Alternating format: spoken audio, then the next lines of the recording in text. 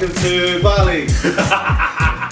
TNT, the Bali edition. The Bali episode. As promised. Holy shit. That's funny. Obviously. So we're here in Melbourne, come. Fuck, if only.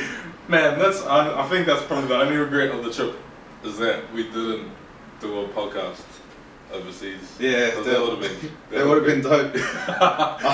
But anyway, we're back in Perth now. We're in Victoria Park. Unfortunately, but yeah, that is what it is, isn't it? That's all good. We just got to get back now, I suppose. So we're back from Bali. Back from Bali, and it was fucking amazing. Super. It was probably my favourite place. One of the favourite places that I've been to. I say that, and I haven't travelled, but I have travelled. But it's one of my favourite places that I've been to ever. I think I love it because of how accessible it is from here. Yeah, that's what I love. I'm just like, yo. It's like, yo, we can go to a different continent, I suppose. Yeah. And like, is it? Yeah, 3 hours. I mean, Southeast Asia. Asia is a continent. Yeah. Unless it fits in Australasia, but I doubt it. No, that's Asia. Yeah. It's still like what, 10 hours from New Zealand? I think, yeah, 9 to 10. Yeah, and 3 and a bit from here. Yep. It was amazing, guys. We were there for nearly 21 days. No, was it 20 days? Nearly 20 days. I think, yeah, it was like 19 days, something like that. Yeah, just short. And it was just fucking sick, man. Excuse my profanity. Try not to swear this one. I'm very conscious of it now. And we didn't get to making a podcast, but lots of stuff happened. So that's what we're going to talk about and how you been. So Tim, how was it for you? How was the trip? I absolutely loved it. That was my second time back. First time back. Yeah. Second time in Bali. But yeah, I feel like it was like different this time. Going back again, just like with the whole not being a backpacker. Yeah, but being there on holiday and having more than just Jesse there this time. There was 7 of us. So there was you and Jesse, Melvin and Veronica from New Zealand, and then Eric and his brother Charlie from Sydney, and me. Yeah, so there were 7 of us. It's a big crew to be travelling with and to be in close proximity of for the amount of time that we were away. Eh? So it was like a massive highlight going to Bali. Yeah. We kicked it off in Kuta. That was. Let's do a double. How you been? So how you been, Tom? This is a joint. Yeah. Okay. Yeah. We'll both talk about it. Yeah. So it being my first time in Bali, I kind of knew what to expect because I watched heaps of videos. I've had lots of friends that have been there and done the homework. Yeah, I did. Well, man, I've got to do the homework, no matter where you're going. And it was what I expected. People are in your face as soon as you get there, and the airport. The airport was insane. As soon as you get out, man. Taxi. That was crazy. But having been there and been to different parts, I kind of understand the mentality of why they do it and why it's so. I mean, it's crazy. Like, to be quite honest, it's crazy. But it's hectic, mate. It's hectic, fully. But I think it's only when you put it in context, people are doing that. They're not doing that to be annoying. They're not doing that to fucking. They're doing it to make money, because that's how they live. That's the mahi, yeah. They're actually trying to get the mahi. And there's so many people that are offering the same service, so they've got to be not forceful, but they've got to be, almost in your face about it. Yeah, you're going to say yes to someone. Yeah, you're going to say yes to someone because you need to go somewhere. But yeah, like after 20 days, I was kind of like, okay, I understand why now it's like that, and you can choose to leave that place as well. So like, I mean, when we went to Ubud, it wasn't as much like that. Not at all. And then even in Canggu, it was nothing. You don't get that. You want a taxi, you got to go find a taxi, and you got to hit the locals up. No, go Jigsaw Ubers over there. But yeah, Kuta was cool, eh? Kuta was really cool. Yeah. There was some drama. So let's get into that. Might as well. Yeah, I mean, we were there. We arrived 9:30 in the evening ish. It took us like a fucking age to get through customs. There was a delay apparently, and so 2 flights landed at the same landed time. at the same time, and then yeah, there was just a pile up of people trying to get through. And Eric had arrived before us, so that was cool. That was super nice, like having someone there. Oh when man, that's so cool. Like, And it was so cool to see him too, because we haven't seen him for like 4 years. Well, I haven't seen him for 4 years. You guys saw him in NZ last year, right? Yeah. So it was just cool to see a familiar face, and you know, one of your best boys that, you know, it's pretty much family, man. Like all of us are pretty much family. You know? Like we've known each other for so long, and yeah, it was actually just like catching up with family over there. He was like, oh, when he was there to greet us, I was like, it was so cool. This is it. Straight away, I was like, yeah, this is it. Yeah. We're here. Just so excited, and then, yeah, so that was cool. Our first night was not really eventful. We went for a stroll around. Just went for a stroll, got to see all the bright lights and see all the crazy people at night time, and I mean, it was cool to get that as my first experience of Bali. I think that was kind of cool. Yeah, it's good. You needed it to realise like, yo, there's millions of people here. Just straight up, and it was, you know, 10, 11. Oh, I think it was 11 by the time we got to where we were staying, and it was like on the main strip of Kuta, so like close to everything. And man, there were just people everywhere, tourists, locals, everyone trying to sell you shit. I mean, but it was fun.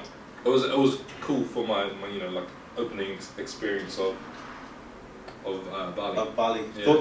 Thoughts on Kuta in general as a whole? Like? In general, I've been given the advice prior to going not to stay in Kuta for too long, and I can see why people might give you that advice. It's a bit crazy, you know. It's hectic, and if you know, people think of Bali as like a place to relax, and Kuta isn't really the place. I mean, Kuta is cool for like the town and like I suppose it's easy to get to from the airport. It's like it still is Asia. It's like it's Asia in the way that it's hectic and crazy and stuff, but it's not very relaxed, you know. No, and it's not so in your face. And every you know, people are just fucking, they're, you know, like I said, they're doing it to survive, but at the same time it's kind of like, wow, like it's insane. Every 2 meters you go, someone is trying to sell you something or get you to go into their shop for a massage or get a taxi or rent a tattoo, and man, crazy tattoo parlors every 5 meters.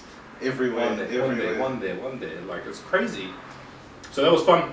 There's one of everything everywhere. Really. It's like tattoo parlor, shop, massage parlor, and then a little clothing store. Tattoo parlor, shop. And it's just repetitive, But that was cool. I think it was a good experience, and if you haven't been, you have to go.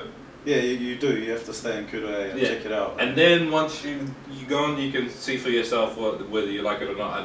For me, it wasn't my buzz, because, to be honest, it's a little bit. It's not mine either. But I think it's good going there and realize once you get out of there, you're like, oh. It gives you a little bit of an appreciation of the other places that you go to, because that place is so hectic, and then you go to some place like Ubud, which is very serene and tranquil.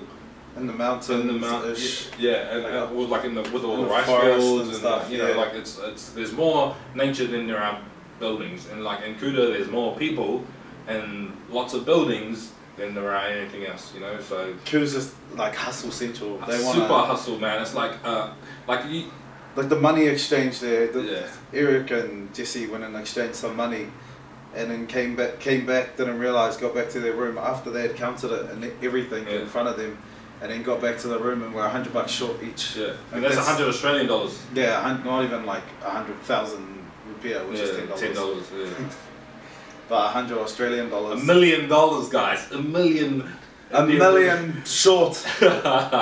So, like I feel like that's like real Kuta. It's just that they're not trying to scam you, but they're trying to make money. They're just trying to make money and they're trying to get by, you know. And I suppose, because there are so many people that go there and then take advantage of the price of everything. Yeah, like we're taking advantage of it. We're taking advantage when we go there, because everything is so cheap and everything is, you know, like I was paying $2 a meal, $3 a meal. And then your room's like, and then the room you was get some $30 room, $35 and you got a pool insane. It's nice. So I mean, you know, I suppose it's a bit of well, you're doing that to me, I want to do it to you too. Yeah. You know, but sort of. Kind of. But yeah, anyway, Hustle Central. Hustle Central, it was cool. Second night was Eric's birthday. The day was good. Very good. really, really cool. What did we do during the day? You only got a haircut, eh? Yeah. Yeah, we had a couple of coffees, so many places to drink and eat, and it's really, really cool. If you're a foodie, like we are, like Bali is heaven.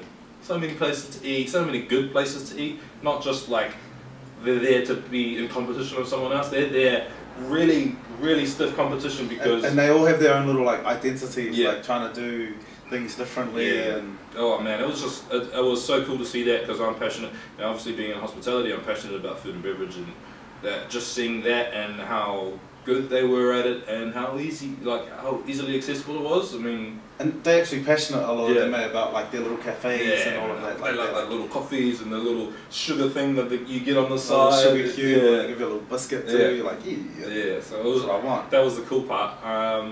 And then in the evening, Charlie, Eric's brother, was arriving later on that night, but we started drinking a little bit early. What, five or six? Yeah, a couple of prees. Yeah, we had a few prees. Went to this cool bar. Lots of cool people in it. And then and then we got in some trouble. And then we got in trouble. Don't get in trouble. Don't fuck with the locals. Don't fuck with the locals. I feel like in any country you're going to, don't. If you're a foreigner, if you're in a foreign land, don't make trouble. Be foreign and just stay that way, because we learned the hard way not to mess with the locals, and it wasn't like we were trying to mess with them. It was just intoxication and things happen, and language barrier perhaps. Things get a little bit misconstrued, and like one thing you say one thing and escalated very fast, super quick, like 0 to 100 hella fast. So that was. Should we get into it? I don't know. No names though, but no names. I mean, like, so there was an altercation with one of the group. Like just a drunk one. Just a drunk one, and like just leaning on a scooter. Someone almost fell over. Almost fell over. Didn't. All saved. And then the locals took exception to it, and us being us when we were drunk, we were like, "Oh, what are you gonna do?" And so the fisticuffs ensued shortly after. And so we all tried to rush each other out of there and get out of there, because it escalated very quickly. We turned from 1 against 4 or 5 to 2 against 10 to 3 against 20 and then 4 against 40. It was literally like that. It was crazy. They were just coming out of everywhere, and local dudes just running out and seeing trouble. I just think seeing trouble, and they want to protect each other, right? So yeah, that's it. That's what I was thinking too. It's their land, like they're looking after each other. They're looking after each other, and I think especially when there's like foreigners like us who look like us, and we're big, brown, and lots of tattoos, so we're a little bit intimidating. Yeah, well, so I've been told. we would be intimidating to them. Like they'll be thinking like, "Fuck, they're gonna give that one guy." They're gonna smash one dude or whatever, and. With Tim learned his lesson the last time we got into a fight. We don't do that anymore. Drunk fighting is not okay. It's not the buzz. So the situation, it just escalated really quickly. They ended up like grabbing weapons. There were weapons involved.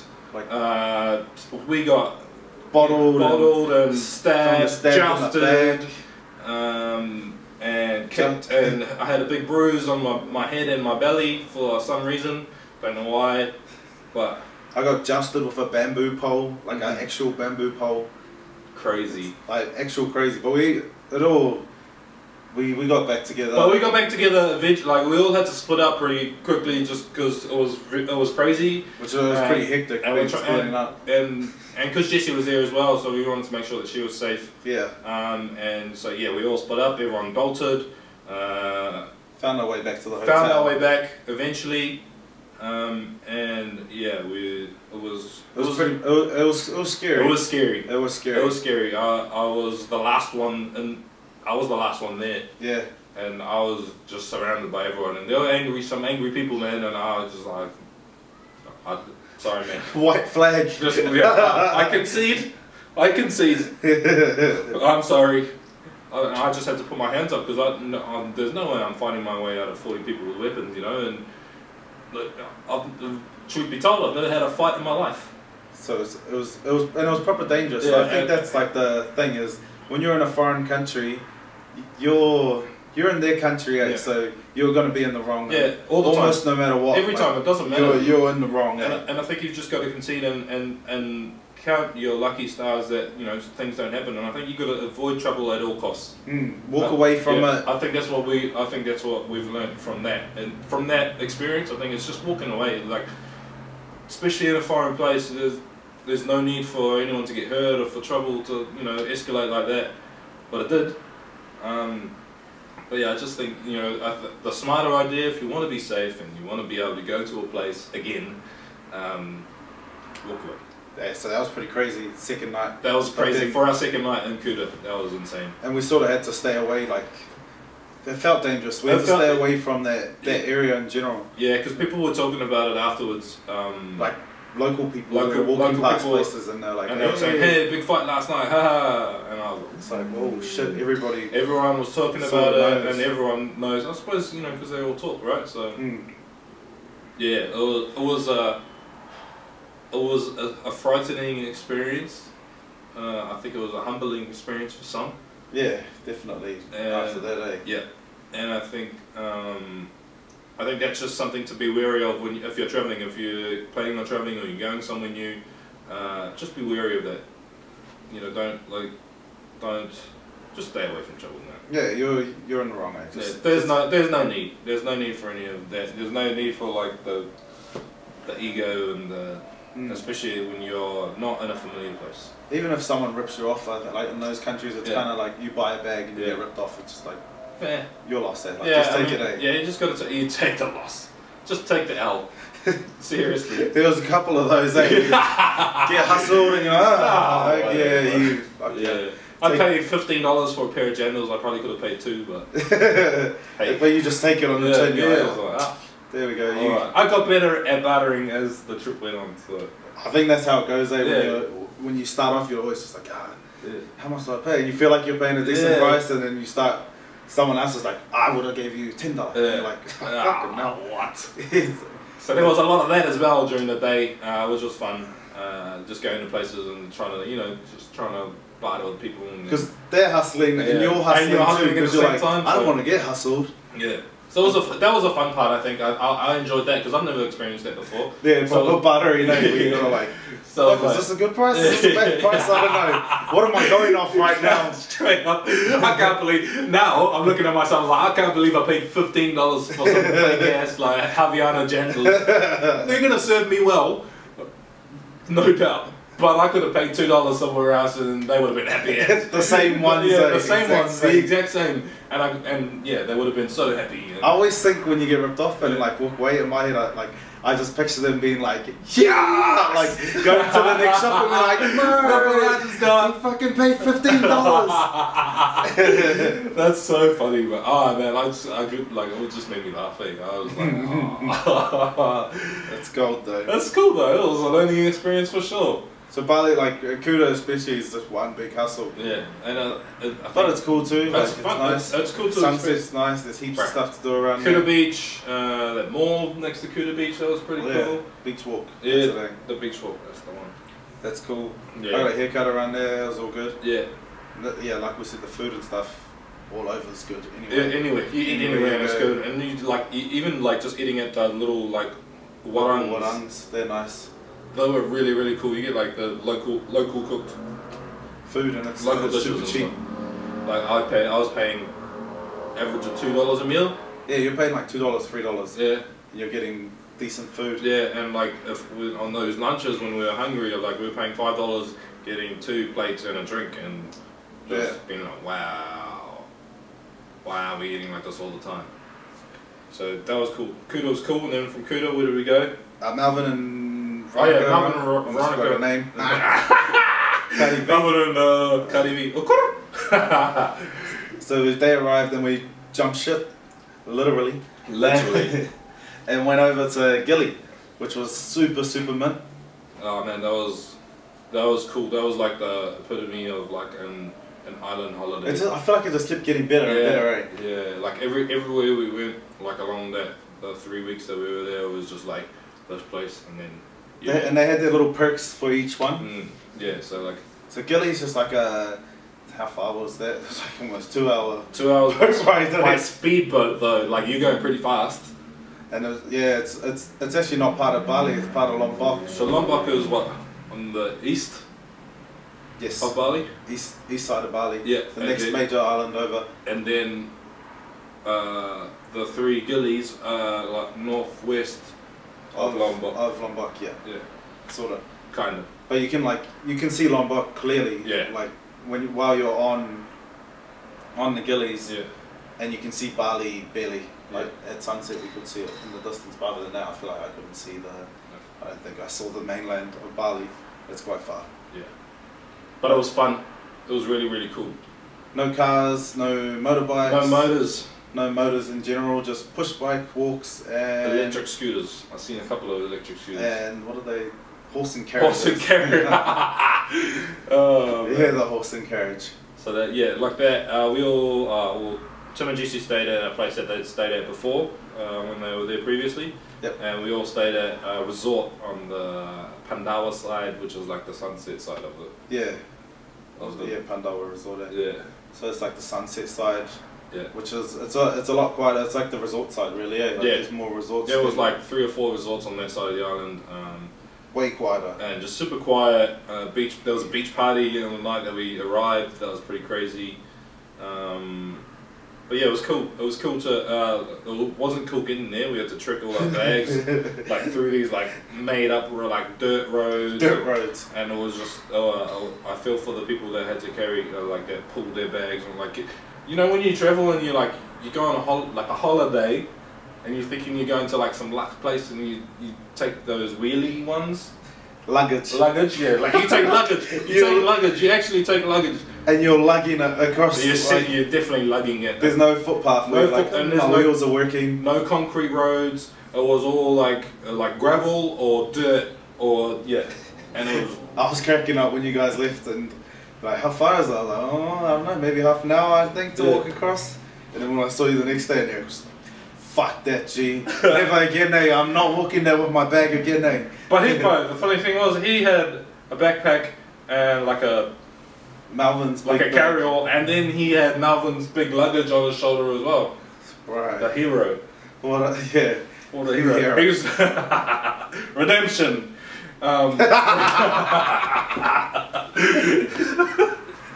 But yeah, so like that walk was fun, and from there on out we got bicycles and just cruised around, horse and carriage. Yeah, if you, I don't know, people go to Bali and they just chill out in Bali, and then like some people are like, oh, I didn't really like Bali, but because they stay in like Seminyak, Kuta, mainly Kuta-ish area, which is very similar. Seminiak's a bit quieter. Yeah. But if you want like the proper island experience, if you want that, like, if you want the full Bali, not Bali experience, like Indonesian experience, and just that island vibe. The island vibe, yeah, man. I mean, that was. You get there, they're cruisy as fuck. So cool. Everyone's relaxed there. Everyone was just chill as. Like there was lots of. There was that Kulo's reggae bar, Sama Sama, that we went to. Oh, yeah, that place we went there a couple of times just because it was so cool. Live reggae every night. Oh like, man, they're proper good too. Yeah, those guys were awesome. And that was a cool spot. Which was in on the main strip. This is sort of one main. I think it's 30 minutes, 40 minutes around the island by bicycle. Yeah. So it's not a huge island, but that was fun. What did we do while we were there? We ate a lot. Yeah, ate a lot. And we did the dive trip. The night markets is real cool. Yeah, the night markets. If you want to eat cheap, go there. What was that? $2? Yeah, for the vegetarian one. Vegetarian, I was paying $2 a plate, and it was sick. They have like all these like different types of veggies, and then you guys like got the skewers and stuff, eh? But yeah, the meat skewers. I was just about the veggie life, so I got you choose rice or noodles, get the rice all the time, and then you get to pick like 5 different veggie side thingies. Yeah, and then they just whack it on the rice, and you get the it's chili, so good, and it's yum.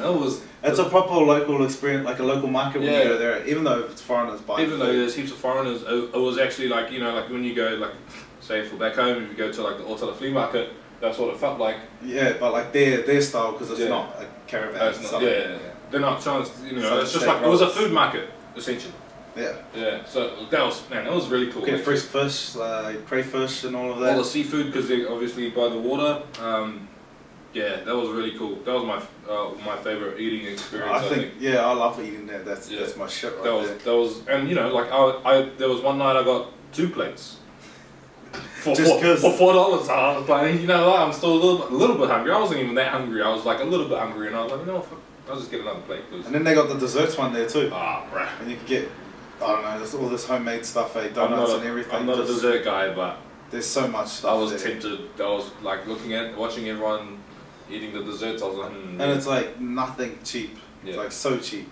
So I think the average meal, if we were eating at like places that like the local places, warangs and stuff, they were like all the traditional Indonesian food. I think we were paying like $3. I think the most we paid for a meal was $4 for a plate, and I think it was just because it was in a place that was like, you know, they were kind of charging expensive stuff. Trying a little bit to be a little bit more Western, but but still we got the same stuff that we got at the other ones. Yeah. So the food. Gilly's the shit. Yeah, that boat tour though. That boat tour was insane. Man, it was so cool. We went on this diving trip, like a snorkeling trip, and that was fun on the boat. And we went. The water's ridiculously blue. Super blue. Really nice, and like you can actually it was really clear once you got once you got underneath. Yeah, like the clarity of the water itself. It's not. You can see in front of you. Yeah, and it was so cool. We got to see the statues underwater. That was sick. Insert picture here. Yeah. That was sick. That's super Mate. I didn't see them last time, so I was just like, whoa! Yeah. That was so cool, and I think all of us thoroughly enjoyed that. So I think that was probably my favorite activity. Oh, definitely. Of the trip. Just swimming all day. We swam all day. How much was it? $10, eh? $10 each. Yeah. We were. It was like 4 hours. Yeah, or maybe 5. 5 hours maybe. And you just they take you to 3 different spots. Yeah. And you jump on a boat with others, glass bottom. It was really, really cool. It's just Mate. And it made me want to learn how to freedive. Same. There was our local guide. There was like turtles, so they take you and you see these turtles, but the turtles are real deep, and they're like eating food down the bottom. And in my head I was like, yeah, fuck, I'm gonna swim down to that turtle, and I probably got, I don't know, not even 5, and I was like, eyes feel like they're gonna pop, nose is gonna bleed. And you start like the first time I went down and I started to feel that, I started to panic. I was like, trying to get back up the top. Thinking I'm gonna get up faster if I go like this. When you got like flippers on and stuff, it was easier just to use those. Just cruise up. But our guide got right down. It was amazing. It must have been like 15-20 meters. At least I think the most we went down was probably 20 meters, but like he was going down like and sitting there and just easy, and you're just staying there, just chilling, watching the turtle, trying to get him out to move out and stuff like that. Oh man, it was amazing. Like that's one of the things I think. I'm definitely going to go back to Bali, but I think that's one of the things that I want to go and practice. Yeah, try and learn how to freedive that deep. Yeah, because that was insanely cool. So that was a cool trip, eh? We went out I think we all enjoyed that the most while being in Gili. That was a massive highlight. Massive highlight. Just cruising around, because the water's so blue. Yeah. Even when you arrive, even when you just get there, you get there on the boat and you're just like, wow. I remember Malvin was just like, fuck, gee, what? Like, bro, this is mad. I was like, yeah. It was so cool. Such a cool experience to be on like a small island as well, on those little ones. And then we went to Gili Ayad as well. Yeah. And that was really cool too. We just chilled out.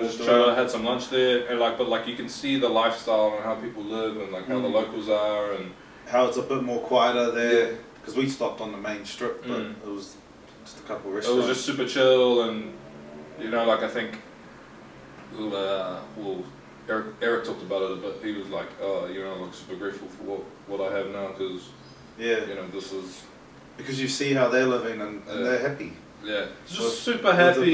Basics in life. Like, and they don't have much, and they don't wear shoes, and they don't even own shoes, to be honest. And you know, like they're just their attitudes are super chill too. Just all of them, they're like, hey, just like walk around, hello, kia ora, kia ora. He said him saying kia ora because it must be. So that was a proper wind down, and especially going from Kuta to there. Yeah, that was like. And like they're both at like different ends of the spectrum, eh? So you got Kuta, was like fucking busy, and like lots of like not angry people, just lots of people and in your face. And then you go to Gilly, and then Gilly is just like chill zone, relax. People don't care. Like people might hit you up when you walk past, but they don't care if you don't. They're not gonna follow you. They're not gonna follow you down the street. Some of them are like lying on the ground in their store, and they're like, "Bro, you want to go to toilet?" And then you just keep walking. And they're like, there was that one thing. It was in the what is it? Was not the like the kind of like the 7-Elevens.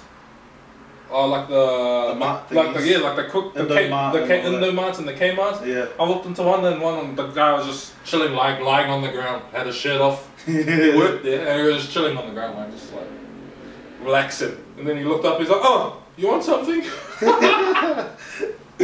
Nah, I'm good, bro. You're good. Stay there, stay there. Yeah, I'll get it and I'll come over to you when I'm done. It's just funny, man. It's just cool. I like that island lifestyle, eh? But yeah, that was a cool part of the trip. Definitely gonna go back there for sure. Yeah, bro. I love those, like especially that island vibe. Like that island vibe was no shoes, no shirts. Just walk around, do everything, cruising on the bikes and stuff. Yeah, that was fun for me. I really enjoyed that, and I think everyone else really enjoyed it as well. And then from there, we jumped ship again. Caught a boat back to the mainland Bali, and then where did we go? Ubud, yeah. And we went to Ubud, which was really cool. Famous for the rice fields, eh? Yeah, the Tigalang. I'm not even gonna. Tingalang. I don't know. I'm not even gonna try. Something T. Just the rice fields. They're really cool. That's where everybody gets you guarantee. Instagram, You've Facebook, most probably seen YouTube, it on Instagram. Swings and rice fields and just green and cool stuff. It was amazing. Like really cool. I'm happy that we went that day because. It was so sick. It's just proper beautiful. Just to be in it, being able to walk through them. And just like I got some pretty cool photos while we were there.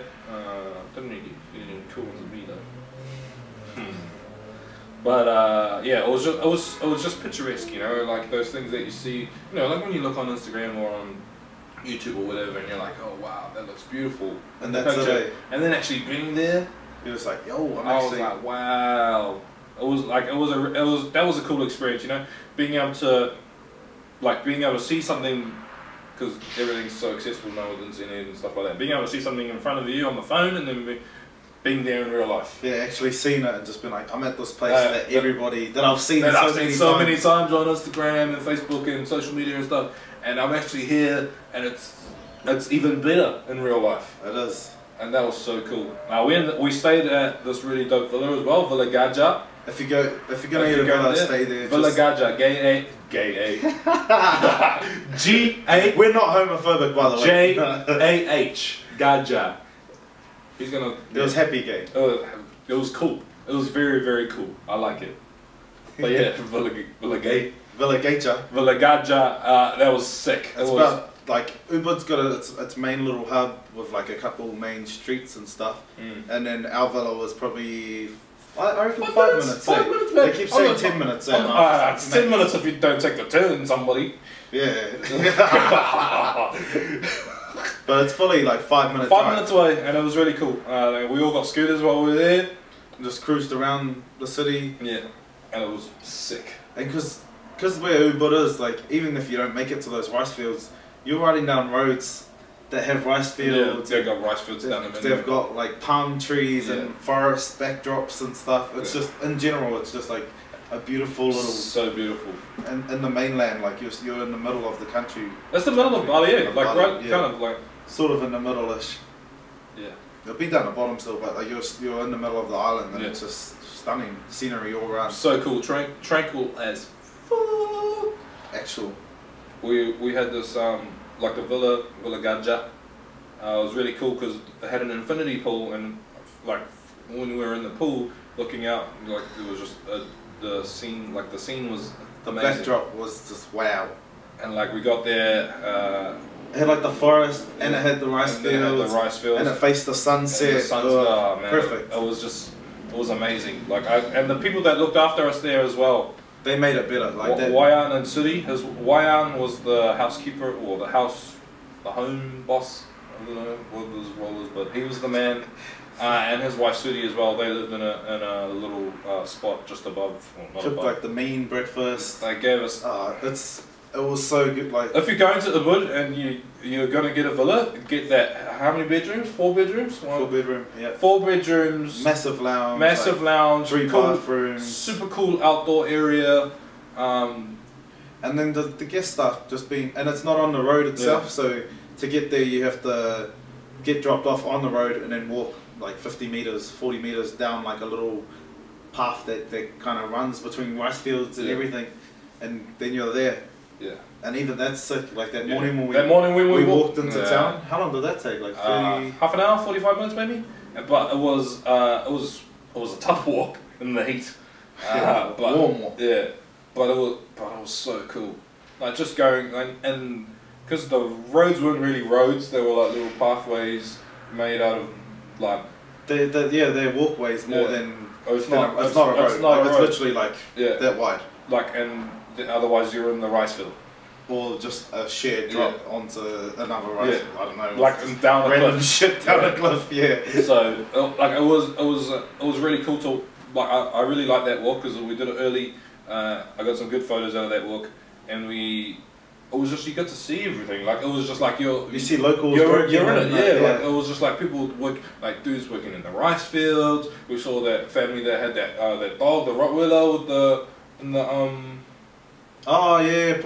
playing in the rice fields. That was cool. We walked past all these cool little painters and jewelry makers. Yeah, those are so dope. Yeah, yoga spots, and all that. Like cool little restaurants and cafes and like other like villas and stuff. It was amazing, and I really gave you a sense of like what that part of Bali is about. You know, like I like it's just how simple it was. Yeah, it was just chill.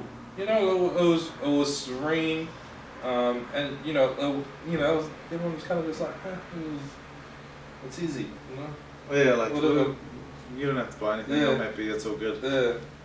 So that was a cool part of the trip. Super beautiful. Because I stayed in Ubud last time. Yeah. So it was like so nice to just be out there. Yeah.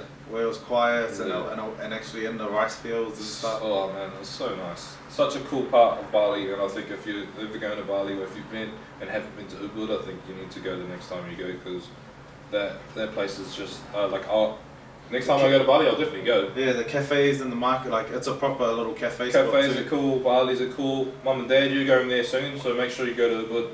Dad, make sure you take Mum to Ubud. Go to the market. It's a proper cultural hub. It is. The tradition, the buildings and stuff. Yeah, there's like temples and stuff there as well, in close proximity. To the rice fields, waterfalls. Yeah. So it's definitely a spot to go to when you go to Bali. You could definitely set a couple of days, or if you just go there for a couple. Just go to Ubud and you'll see why. You'll see why we recommend it so highly because it's just beautiful. It just is. And Wayan is the man. Wayan. He was so good. It's crazy. I was telling people how I was saying we like had a little slave. He wasn't our slave. He wasn't our slave. It felt like you could see how rich people would get their villa and treat them like a slave. We tried not, because I mean, a lot of us growing up, you know, that's not how you treat people in general. And it was a little bit awkward for us because I could tell, you know, like the first night it was. The first day we had breakfast and stuff, and we were all like, you know, clearing the table and taking the plates.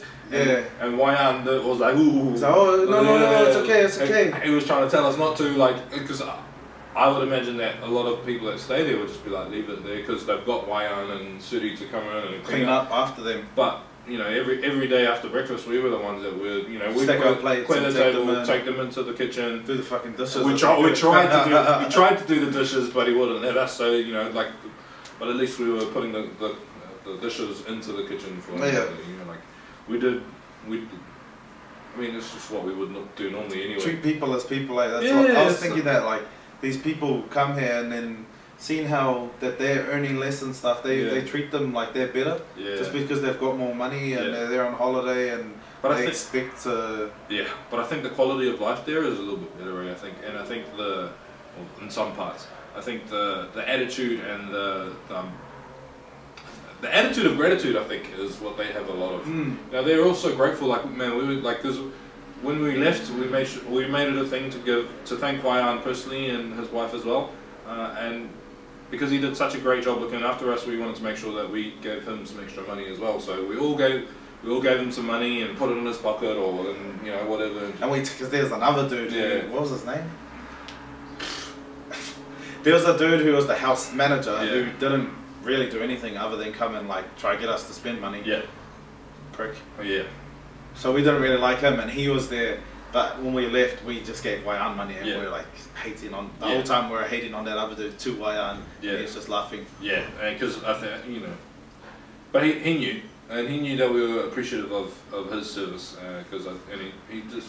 I think he must have been an easy run for him having us there. Yeah. Considering he didn't really have to do that. He didn't have to do much. We weren't very. He could pick us up part of the deal was that if we want to go into town or we'll get back from town, he'd pick us up. So they gave us a track phone? As many times as we wanted. So we got a track phone. It was like an old mobile, or one of those flip ones. Didn't have had like a small screen on it. And just the numbers. Like, and it had his number and a couple others. So we got like if we needed a lift into town, he would take us, and then he would come back later on in the afternoon to pick us up as well. So that was really cool. And he picked us up. He picked us up, eh? Nah, we got a taxi there. Oh, he picked us up one day from town, eh? Yeah, but before we got the scooters. Yeah. So he picked us up one day from town, and that was so cool. I think that's it's a really cool. It's a small service, but it's a cool service to have. You know, like just to not have to worry about transport and know that you can just like, can we get a ride? And can you take us? Yeah, and he just came, and he was so cool. Really, Vilagaja, you have to go. Yeah, that is that. Yeah, but just get there. Just get there and make sure you give Waian some more money because he's. Super nice. Seriously, he was a cool guy. He was the coolest guy we met there, I think. And like a local dude. Yeah, he was super cool, super chill as well. He was like, oh man, yeah. Oh, it's okay. Relax. Don't worry, chill out, relax. What you do today? Yeah. We climbed Mount Batur while we were there too. That was sick. That's worth like chuck that high up on your put that on your to-do list when you go to Bali because that for me anyway. It was probably the most rewarding thing I've done in a long time. Getting to the top. Getting to the top and being able to see the sunrise. That was. Even if you're there for a week, go take. You have to take the day to and do that. To do that because seriously it was so beautiful and it's the. I think the trek makes it even more beautiful. Was it 2 hours, 3 hours climb? I think it's 3 hours up. Because it was tough. And it's not like, walk upstairs or walk up the path.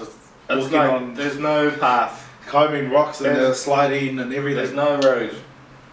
There's a little bit of road. And you think, you're like, yeah, this is all good. Like, you walk on a path for like 30 minutes, you're like, oh yeah, no, I can do this. I don't know what everyone's talking about. And then the next 2.5 hours, I was like, the incline is like that. And you're up dirt and like, dirt roads and rocks and there's no clear pathway. Like, you just gotta put your foot somewhere and hope that it stays there. I fell over a couple. No, on the way up I didn't fall over, but going down I fell over a couple times. That was fun. Yeah, it's well worth it while you're heading up there, and then you just get a beautiful view of the mountain and the sunrise and the other two mountains. Because we got up early. We were up at 2, left the place at 2:30, got there at 3. And probably I started walking up at like 3:30. Yeah. Got up there at like 6:30? Yeah, around that. And then sunrise was at 8. It's like chilled out for a bit. So we chilled out. They give you breakfast as part of like, because you pay to go up. We had some people had warm drinks and stuff. I took lots of photos. I mean, it was stunning. It was just beautiful. Like, even with the amount of tourists up there, it's still and like there were so many people up there as well. So many people did that walk that morning we went. But it was just, I don't know, I had to catch my breath. Not because I was tired, but just because of where we were. The experience of being up there. Yeah, on top of a live volcano, like still steaming and shit. It was insane. It's beautiful, so beautiful. So crazy. I definitely highly recommend doing that walk. It's rewarding, eh? It's so rewarding. Just that walk at the top and then being there and you're just like, yo, I did it. And you did, and it's a cool sense of accomplishment because it's hard.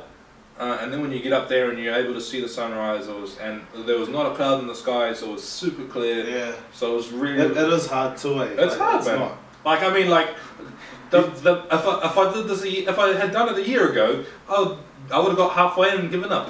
Or just stop and be like, give me 30 minutes. Yeah, seriously, like let me rest for a bit. Like I think we stopped 3 times in that walk, and it was just for everyone to catch their breath and one for the guides to pray. One for the guys to pray. That was cool. The mountain and all of that. Yeah, so that was really cool.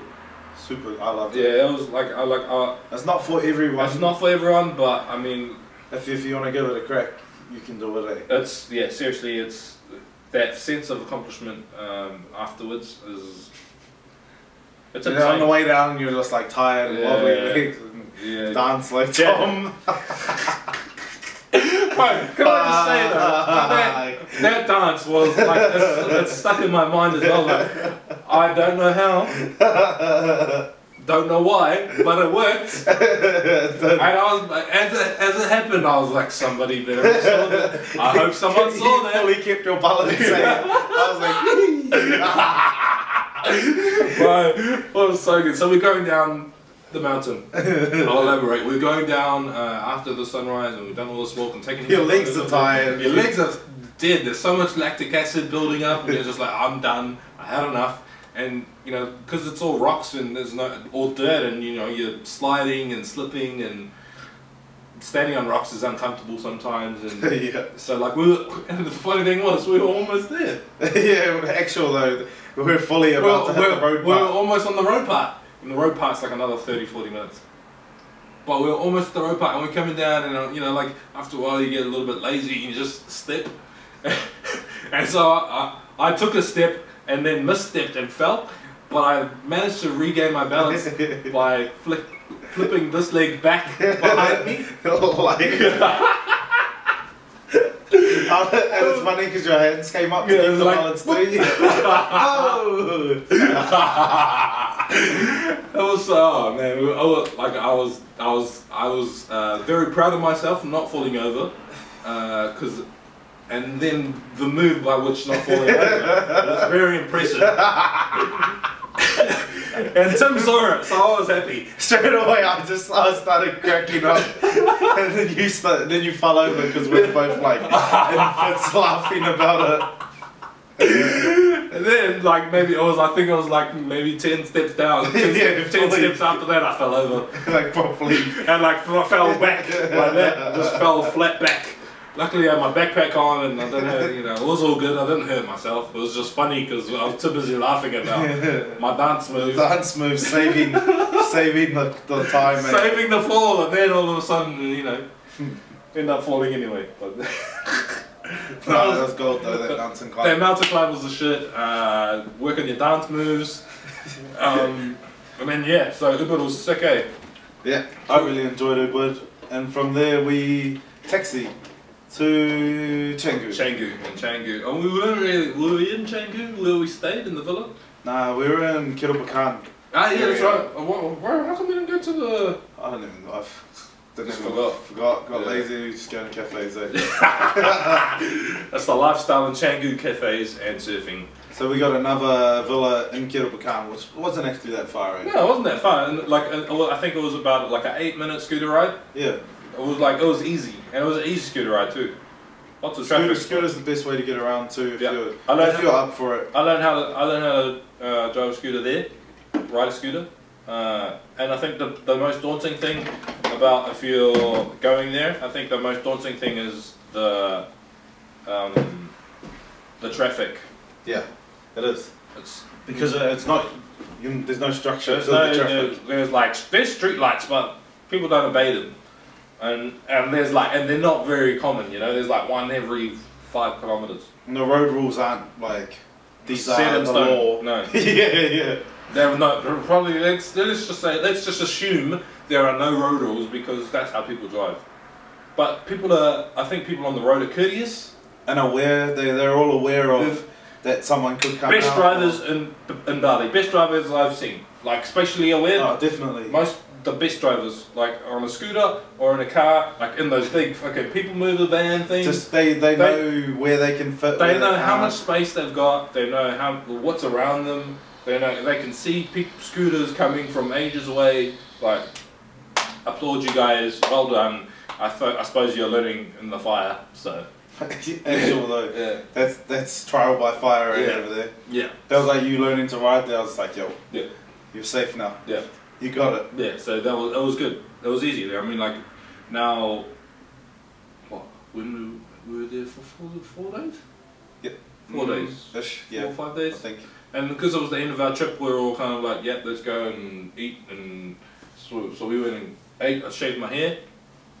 I thought mostly we just ate there, right? Yeah, that's all we did, bro. Like, it's really though. That's all we did. We ate and got tattoos. Tim got a tattoo as well. Yep. Melvin and Veronica got tattoos too. Eric got a little one as well. And Charlie had gone by then. But yeah, so it was fun. I like probably my favourite part of Bali, to be honest. I like Gillies but Canggu. But Canggu was the spot, man. I mean, lifestyle. I feel like that's the spot right there. Yeah. We had a sick villa, like all white. The villa was sick. Outdoor area, like it was a place for entertainment. You know, like there was a pool. The rooms were nice, aircon, and everywhere's aircon, obviously. But it was pool table and like the outdoor indoor flow was good. It was all like one.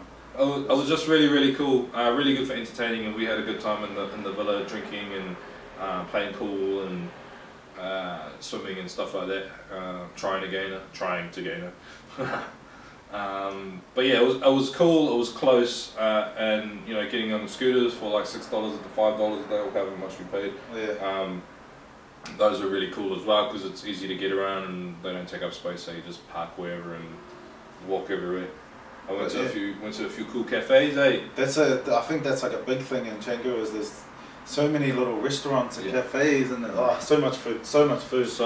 I wish we had a little bit more time to go and explore a little bit more of all of the places to eat. Because you could literally go to Canggu and just have a rich eat. Yeah. Yeah. We just go there and just eat. Especially on the main strip, it's near the beach and stuff. It's a surf spot. I think Canggu is like an old surfer town that's coming into like touristy spot, but still not quite. It's still a bit sleepy and more chilled out. Super chill. Surfer skater vibes. Some rice fields and shit still around. Good times as well. Like lots of cool people there for good times, like parties and you know everyone's just good vibes. There's no bad vibes there. Everyone's on a good buzz. Lots of travellers. Lots of expats that are living there now as well. Yeah. Lots of people that I spoke to when I was in cafes and getting my hair cut at the barber shop and stuff like that. Lots of people that are what's the word? Yeah, people work on their laptop and shit. And digital nomads. Digital nomads. That's the word. So lots of people that are staying in Bali because it's cheap. The cost of living is cheap, and you know they're able to do their work that makes their money online. Online, yeah. Whether it be Instagram, whether you're a fucking an influencer or a model, or you know like e-commerce or something like that. You know, like it's just a good little spot. It's so cool, and like it's really flicked the switch, I suppose, for me is you know like I want to do something creative. Creative mind open up. Yeah, kind of, bro. I think in Canggu too, like seeing like the whole like the street art. Yeah. There's like graffiti everywhere. There's one part where there's a little road that runs through the rice fields, and the walls are just all graffiti across that whole thing. I was like, yeah. And then there's like a bar there called Pretty Poison with a what is it? A pool skater. Yeah. A bowl in it. There you go. But it's a pool. But it's a pool, and then there's like some other bars. It's real skater, surfy town. Super skater, surfy, like that kind of that culture, where it's like surf, skate, tattoos, long hair, you know, bikes and motorbikes and all of that. You know, stuff.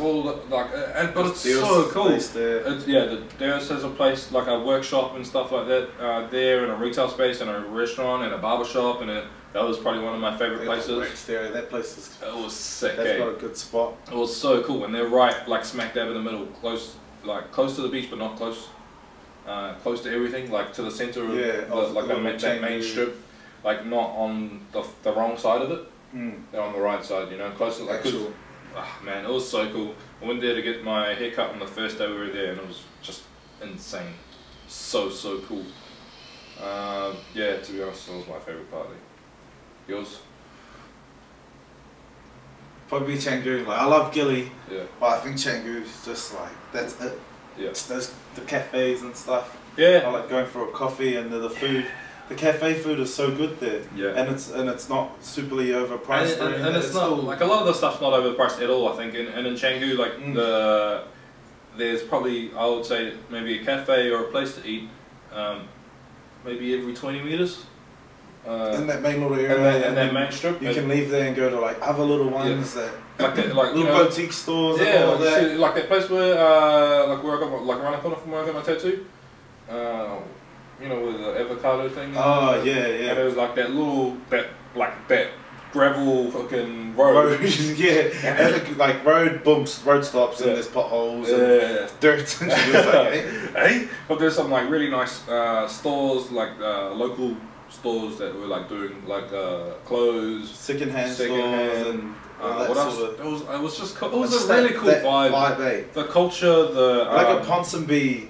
Sort of kinda. Like down there, you know, when you get towards like K Road. Yeah, like it's like a melting pot. There's a melting pot, right? It's the not lazy lifestyle, but you know, beachy kind of like chilled out lifestyle meets like you know, fancy kind of people.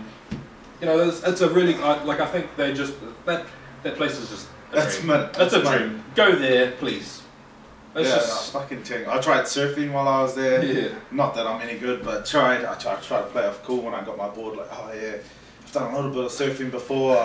They're like, oh, so you want? I don't know. They said some number like 7 foot board. I was like, maybe a little bit smaller, mate. Like, oh yeah, intermediate board. I was like, yeah, intermediate. That's the one. Yeah. I got a board anyway and like tried some surfing and shit. So hard trying to fucking stand up. Caught like maybe one wave, like. Stood up, fell off again, but mainly was just like bodyboarding, trying to on the wave, like trying to get up and then just go boom, getting wiped out. And I ended up riding the board into some rocks and taking off a fin. I was like, oh my gosh. Bro, when I done it, I was like, because I saw it, I took the board out of the water. I was like, oh, yo, looked at it, I was like, oh, this thing has 2 fins there. Looking at everyone else's board. Because there's an experience. Yeah, I was like. Oh, they got 3, 3, 3, and then I saw one with 2. I was like, oh, maybe my one was a 2 fin, and I saw one with just like 1 down the bottom. I was like, oh, that's a 1. Maybe they actually did just put 2 on mine, but it was all 3s. Yeah. And then when I went back, he was just like, oh, you lose a fin, eh? I was like, oh, did I, mate? He's like, yeah, bro. There was a fin on there. You had 3 fins. There's only 2. I was like, oh, I don't know. He's like, did you ride to the sand? I was like, nah, it must have just come off. And he's like, oh, you have to pay. I was like, oh, how much is that? And he's like, 50,000. I was like, oh, take it, bro. Take that. How much is that? $5. Say, nah, $5. Oh, 50,000. Oh, 50. Yeah. But I thought I was fully in my head. I was like, oh, $700 board or something. Yeah. 25. Divided by 2. Yeah. I was just like, ooh, how much is the film worth? That's going to be 25, $50. Oh. But yeah, $5. And the surf is mint. Yeah. That's something I want to get into. Yeah, me too. I try to learn how to surf. Especially here. Yeah, like in Perth. Trying to get into it. Need a board. Need a board.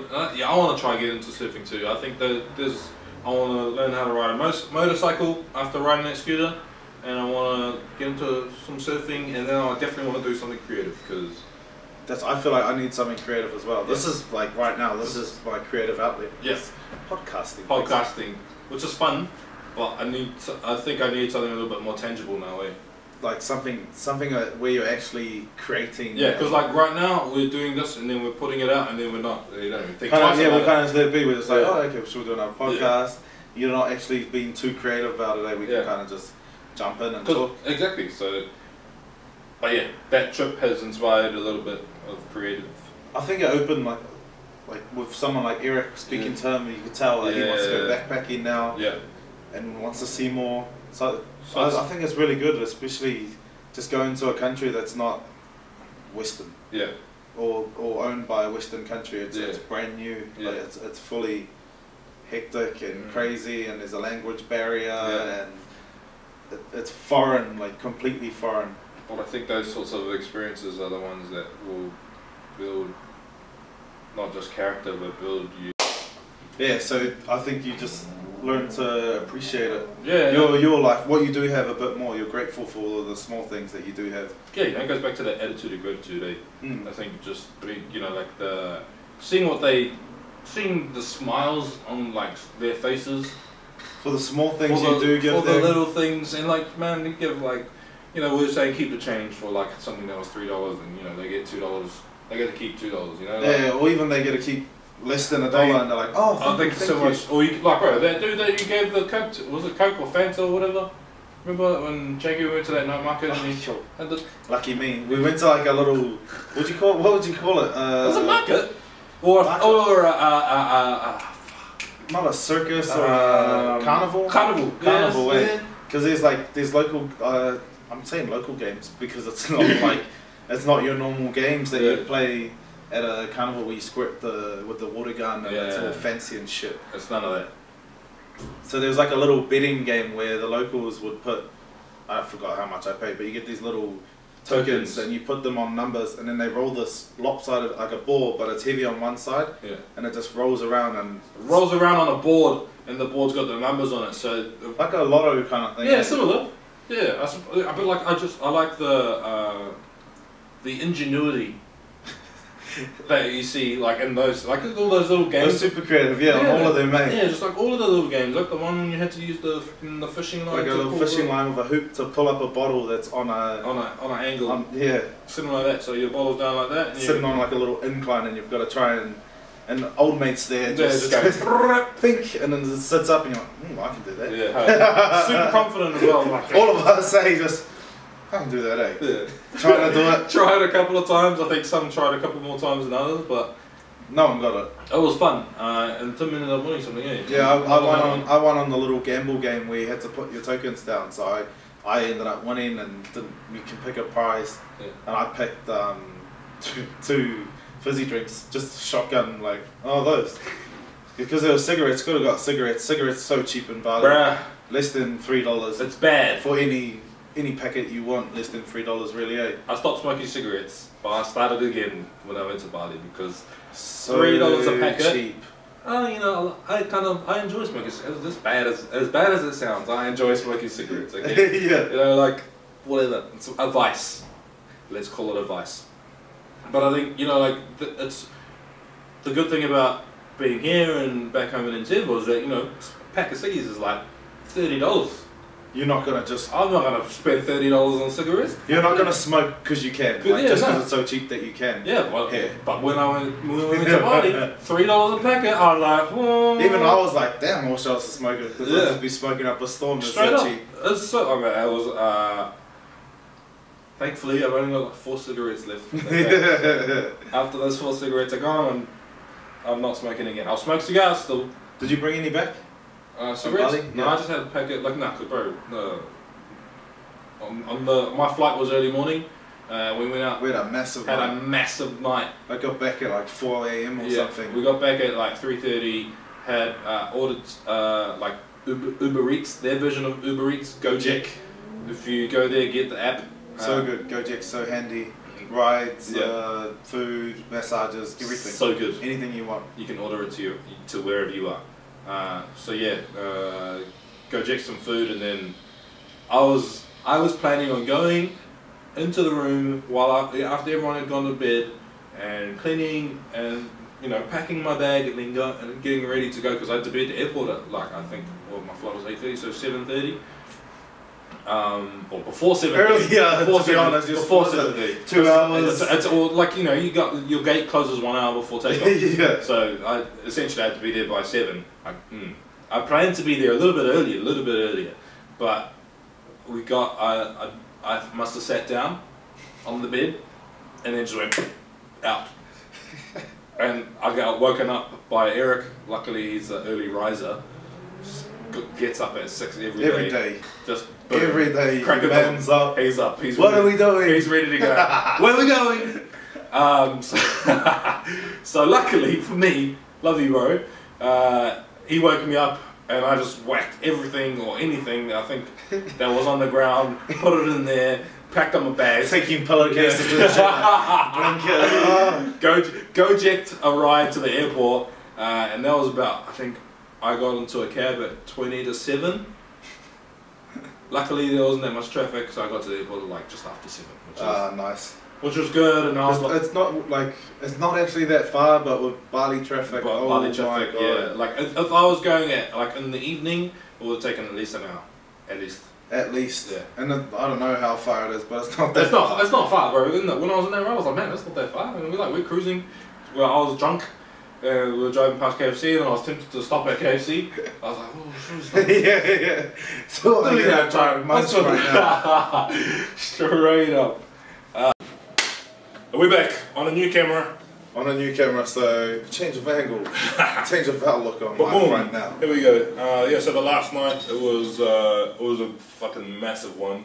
Oh, so good. We went to, there's a bar called Old Man's, which is, I think it's a dude was saying that when he went to Old Man's however long ago, it was just a shack on the beach. He was like, he was like, there used to be nothing here. Like, this was just empty, nothing there, nothing there. He was like, Old Man's was the shack bar on the beach where you'd just go for beers.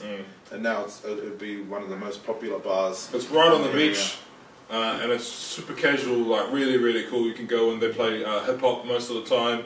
Hip-hop and R&B and funk and stuff like that. So it was our kind of vibe. It was, eh? And it was just really cool, man. Everyone was super cool, everyone was nice, you know, lots of travellers and stuff, so... Yeah, you can tell it's the bar that, like, the travellers go to and hang out at. Everyone just trying to, you know, dance everyone just having fun, and we were all dancing and drinking, and it was such a good time.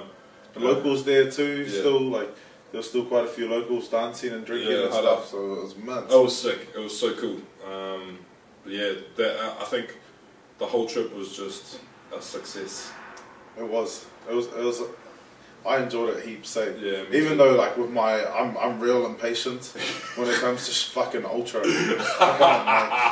I get frustrated faster. I'm just like, what the fuck is happening, mate? It was funny to watch, to observe while we were. Someone make a decision and fucking do something. While we were going to places, especially, I think it was hard to navigate because there were 7 of us. Yeah, that's the thing that always gets it, is when you've got those numbers, even just eating becomes a task. Yeah, because paying for the food. And they only want you to pay off one bill, but their money is in hundreds of thousands. Yeah.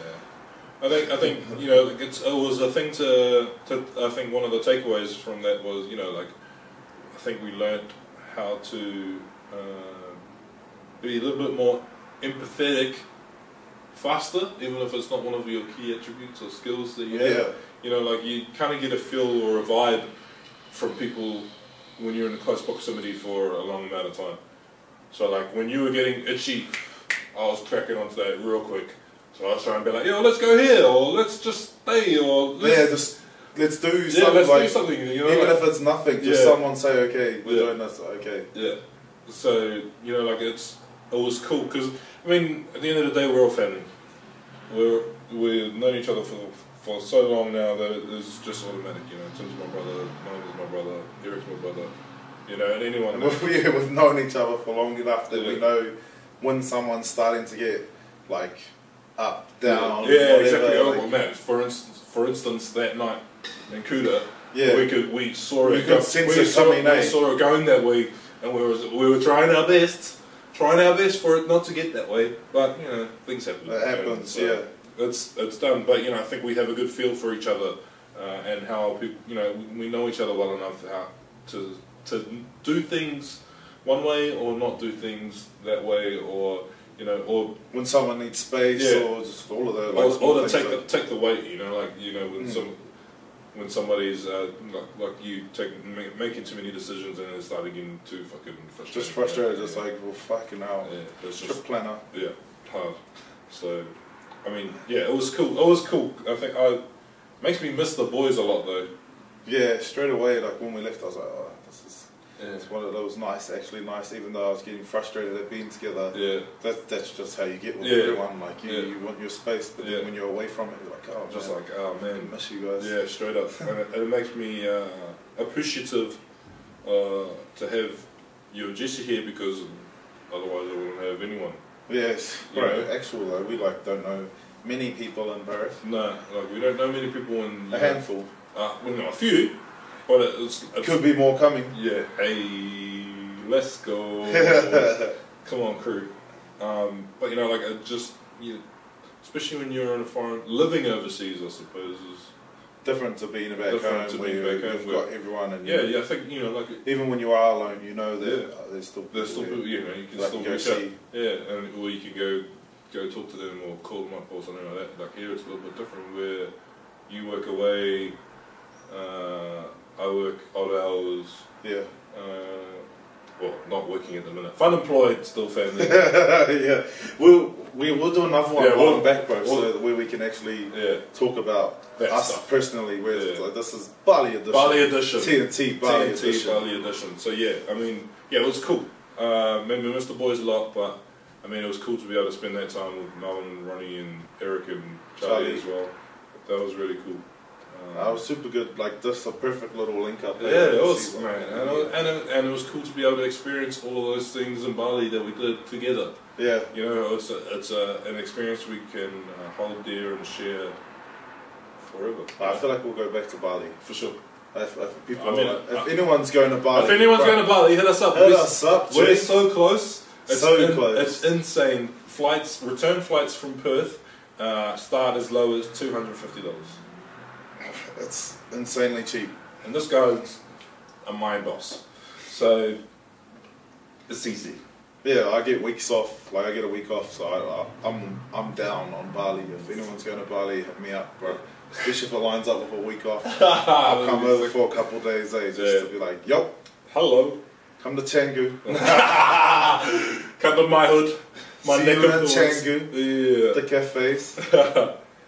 So yeah, I think that overall, yeah, Bali was a success. I think it's a must-do. Yeah, you got to do it. I think especially if you live in Australia, because it's cheaper from Australia than it is anywhere else.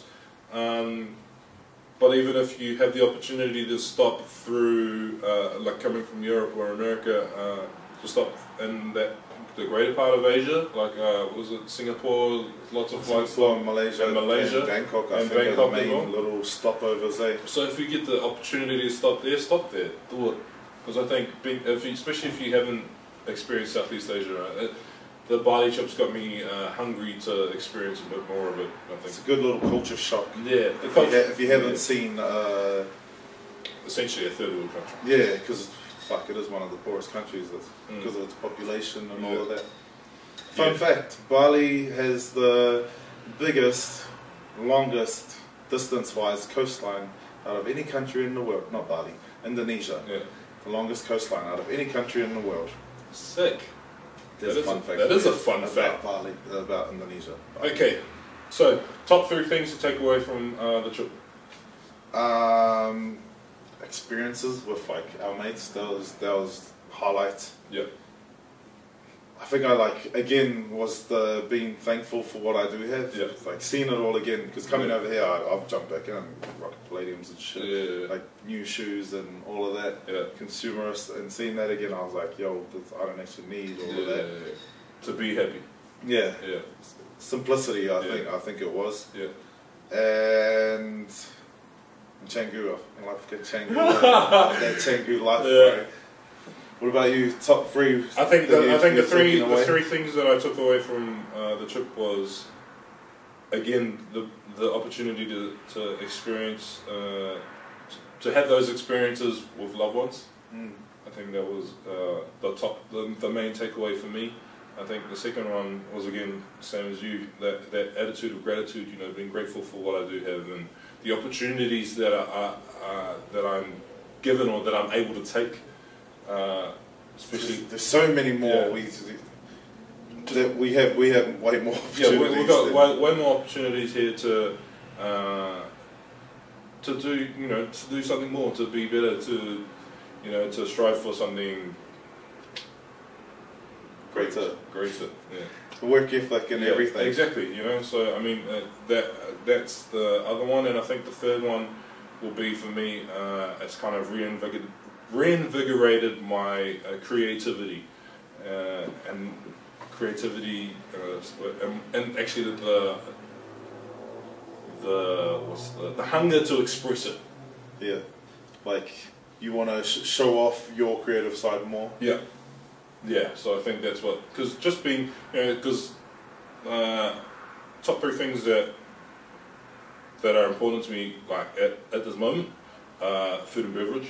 Mm-hmm. Just because I like that, it's about shared experience again. Like you share food and then you tell stories. So that's why. Yeah, you express yourself. That's why the chef expresses himself. Yeah, through that, and then you express your feelings about it. Yeah, that's so good. And so being able to share an experience with food and beverage as well, drinks as well. So there's a lot of that going on there that inspired me, and especially in Canggu. So much. Just so many cool things. Like so many people create, expressing themselves creatively through food and beverage and through creating venues or venues spaces. The venues and spaces, especially, they're not just having tables. No, it's like, and they're well curated. There's places that like you feel like you're in Bali, but then you don't feel like you're in Bali. Like that place, the Slow, that's in Canggu that I went to in my last night. That's like a world class venue. Like I went there and I was like, I'm not in I'm somewhere else. Like I know I'm in a tropical place right now. But like the decor and the way it was set up and the use of materials, and then their chosen plates and knives and forks, and like just the details. Just the details of it all, man, and it just all of it coming together and like creating an experience that I was like, yo, this is the shit. So it's that thing. It's the wanting to create something tangible. Something that's like I fell in love with photography again, like taking photos and being able to I think it's not just taking photos, but being able to document experiences and document feelings. Like I took some dope photos. If you follow my Instagram, you've seen a few, but I want to recreate a few of them. I feel like you should pump some out, eh? Re-edit them, I think, just to have my own little creative voice. But like there's a fire lit. It's sparked your creative side again. So like I'm ready to really just start putting some effort into that after I get a job.